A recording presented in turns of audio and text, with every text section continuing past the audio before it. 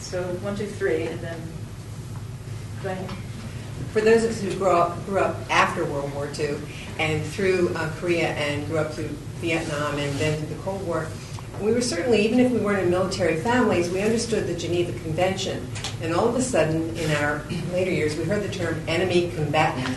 Where on earth did that come from, and was that a big circumvention of our, the foundations of our law?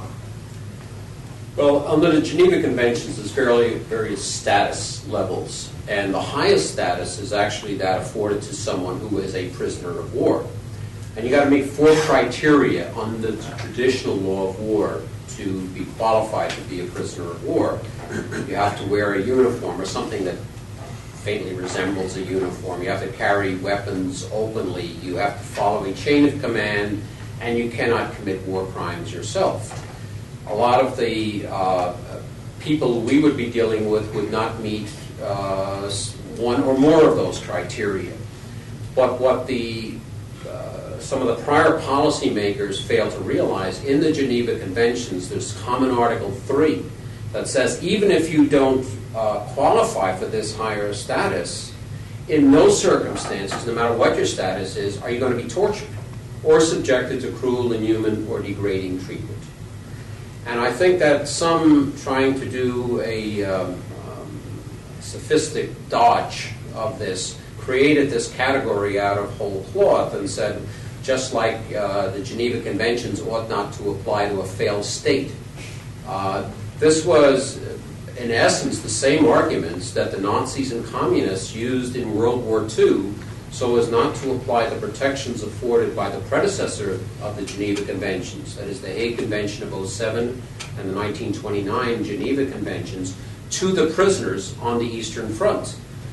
The result of that, of course, was that when you look at prisoners, both military and civilian, in that conflict on the Eastern Front, they approached a 70% mortality rate. The mortality rate on the Western Front, although there was occasions when both sides did not follow, the Germans executed American prisoners at Malmedy, the Battle of Bulge. We tortured German submariners outside of Washington. So despite the individual failures, though, both sides, by and large, followed the predecessors, less than a 3% mortality rate on the Western Front.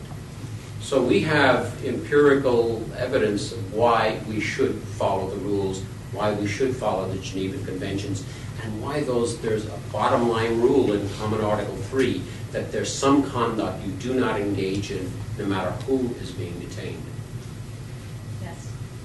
Speaking of dealing with Nuremberg, Article 3, and all that wonderful international law, what about the international courts?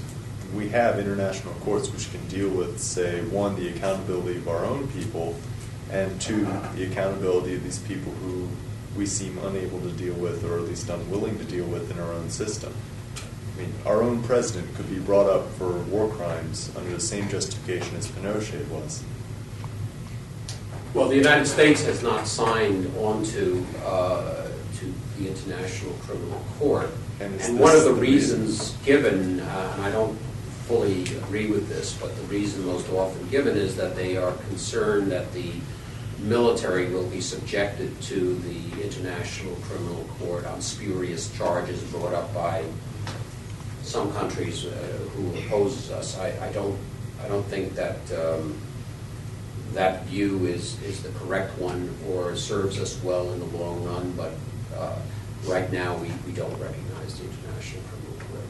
We have participated, however, and have given our support to some of the tribunals set up under the United Nations, like for Yugoslavia and for Rwanda. So it's sort of, is it the camel's nose under the tent? I don't know, but I certainly think in the future we're going to have to relook to the International Criminal Court.